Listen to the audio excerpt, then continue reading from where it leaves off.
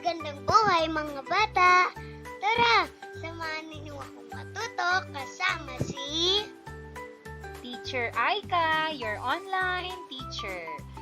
Please don't forget to subscribe, like, share, and hit the notification bell for more videos. Thank you! Revised K-12 Curriculum, Math, Grade 2, Quarter 1, Lesson 3, Day 3. Our topic for today is about recognize and represent 301 to 500 using concrete and pictorial models. This is Teacher Aika, your online teacher. Let's start! Learning objectives. Count up to 500. Recognize and represent 301 to 500 using concrete and pictorial models. And read and write numerals 301 up to 500.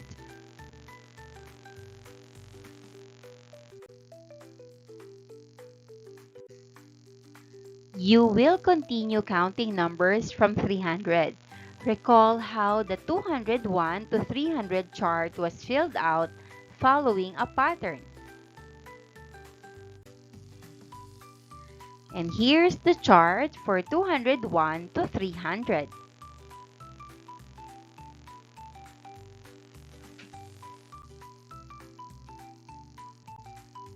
Complete the chart.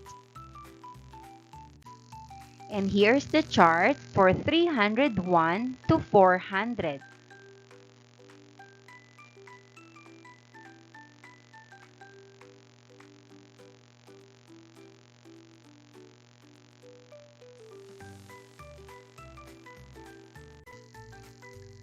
The charts will look like this.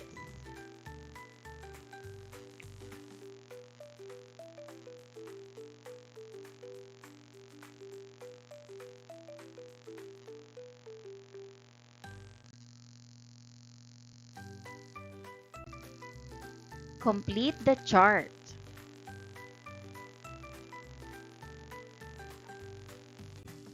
Here's the chart for 401 to 500.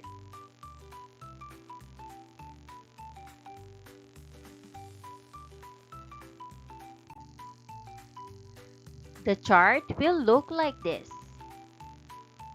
401 to 500.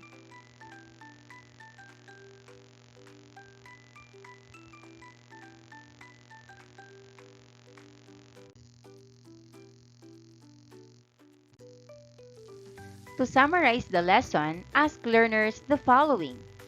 What numbers did we talk about today? Answer, we talked about the numbers 301 to 500. How did you determine the numbers 301 to 500? Answer, we determined the numbers 301 to 500 by following the same pattern used when counting from 201 to 300.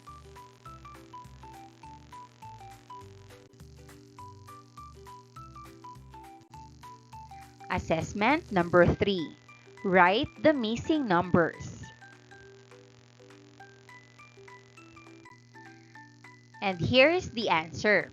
First, 334. Second, 367. Third, 393.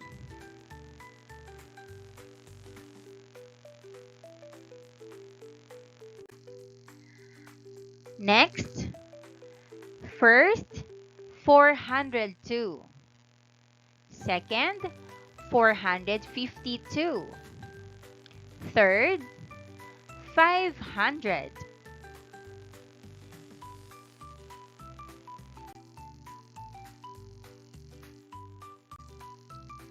For your homework, practice counting from 301 up to 500 at home. And that wraps up today's lesson. If you enjoyed this video and want to see more content like this, don't forget to hit the subscribe button and ring the bell so you never miss an update. Thanks for tuning in.